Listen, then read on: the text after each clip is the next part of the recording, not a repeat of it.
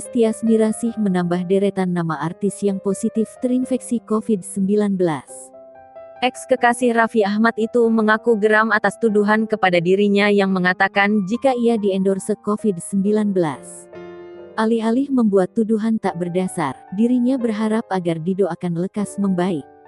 Ia juga mengaku telah menjalani isolasi mandiri atau isoman selama 3 hari pasca dinyatakan positif COVID-19. Pemeran film Cinta Brontosaurus itu mengaku tidak merasakan gejala apapun saat dinyatakan positif COVID-19. Namun, Tyas Mirasih menyebut indera penciumannya saat ini bermasalah.